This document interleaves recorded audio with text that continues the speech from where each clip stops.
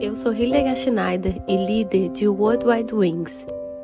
E aí vem o episódio 80 da minha série O Despertar da Noiva, com o tema Sua água se tornará vinho? No terceiro dia, houve um casamento em Caná da Galileia. A mãe de Yeshua estava ali. Yeshua e seus discípulos também foram convidados. Tendo acabado o vinho, a mãe de Yeshua lhe disse: "Eles não têm mais vinho." Yeshua lhe disse: "Mulher, em que essa tua preocupação tem a ver comigo?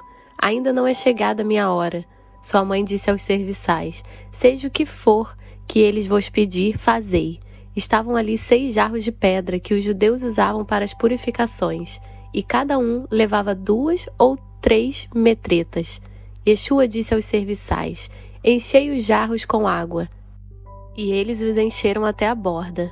Então lhes disse: "Tirai agora um pouco e levai ao mestre de sala." Eles assim o fizeram.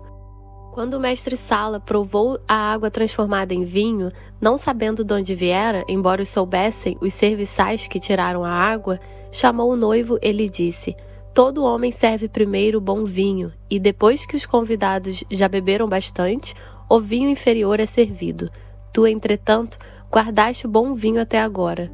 Com esse, deu Yeshua primeiro a seus sinais em Caná da Galileia, manifestou a sua glória e os seus discípulos creram nele. João 2, 1, 11. Tudo que Yahvé e seu filho Yeshua começam, eles também terminam.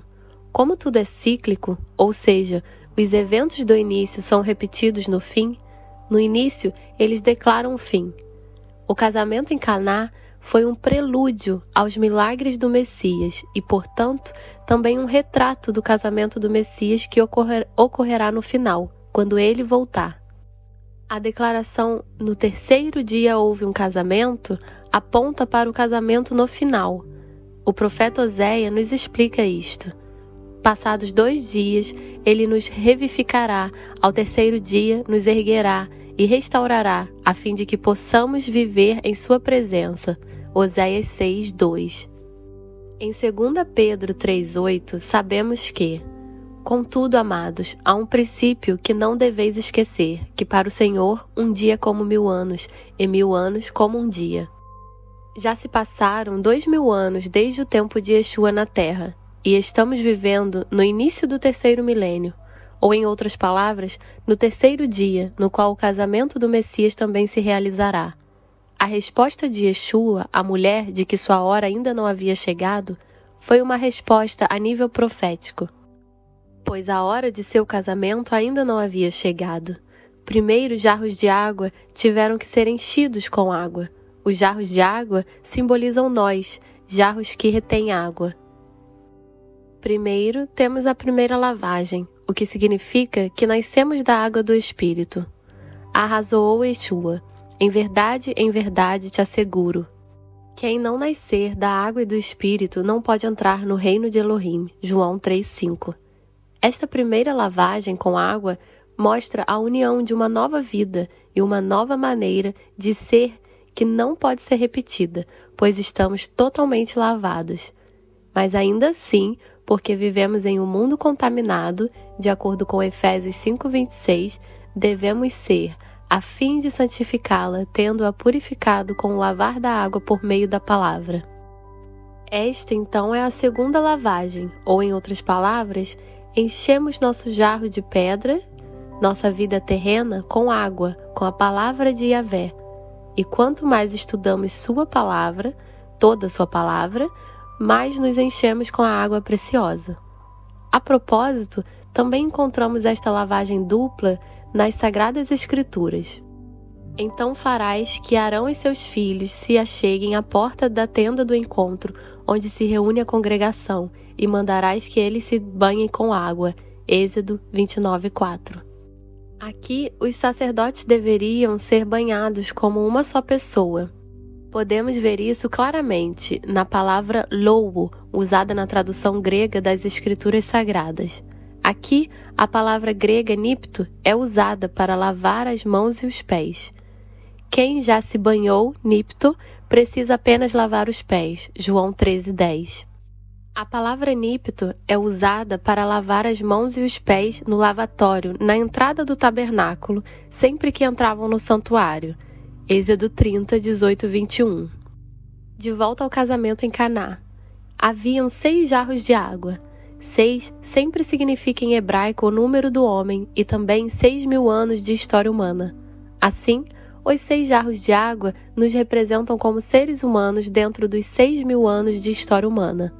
Nós nos preenchemos com a palavra de Yahvé.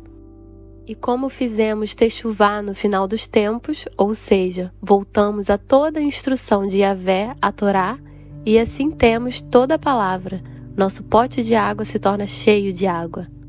Imagine se você coloca apenas a palavra da Brit Hadashah, Novo Testamento. O jarro de água estará apenas meio cheio, e a condição para que a água se tornasse vinho era que os jarros estivessem cheios de água. Portanto, devemos nos preencher com toda a palavra de Yahvé e não declarar uma parte, a Torá inválida. Ao contrário do mestre do banquete, os servos que tiravam a água sabiam de onde vinha o vinho. Para entendermos melhor a tarefa dos servos, irei inserir a história de Rebeca agora. Eliezer, uma imagem para Ruach HaKodesh, perguntou a Yahvé, ao procurar uma noiva para Isaac, que é uma imagem de Yeshua, o seguinte: a jovem a quem eu solicitar, inclina o teu cântaro para que eu beba, e que responder, bebe, e também a teus camelos darei a beber. Essa serás a que designaste para o teu servo Isaac, e assim entenderei que mostraste a tua bênção para com meu mestre. Gênesis 24:14. A noiva de Isaac deveria ser caracterizada pelo fato de que ela daria água, e de fato ela serviu, dando água não apenas a Eliezer, mas também aos 10 camelos. Em seguida, o velho servo preparou 10 camelos de Abraão e uma porção generosa de presente e partiu para Arã-Naaraim, a Mesopotâmia, em direção à cidade onde Naor havia habitado. Gênesis 24:10. Rebeca desceu à fonte, encheu seu cântaro e voltou. Então o servo apressou-se, foi ao encontro dela e pediu-lhe: por favor, deixe-me beber um pouco de água do teu cântaro. Ao que ela respondeu: bebe, meu senhor. E prontamente tirou de sobre os ombros o cântaro d'água e o serviu. Assim que acabou de lhe dar de beber, exclamou: vou dar de beber também a teus camelos, até que fiquem saciados. Apressou-se em esvaziar todo o seu cântaro no bebedouro dos animais e correu ao poço para tirar mais água, e tirou-o para todos os camelos. Gênesis 24, 16, 20. Rebeca, um quadro para a noiva de Yeshua, regou os 10 camelos, que por sua vez são um quadro para as 10 tribos perdidas de Israel. Após o fim da sentença para as 10 tribos perdidas de Israel, muitos crentes acordam e lembram-se de sua identidade perdida e, consequentemente, retornam às suas raízes.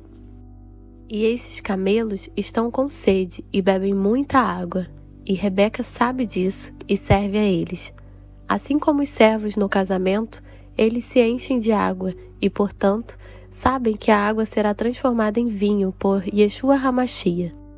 Em última análise, isto significa que o Ruach HaKodesh, Eliezer, leva a uma noiva que distribui a palavra de Yahvé, ou seja, a Torá, encher os potes de pedra com água.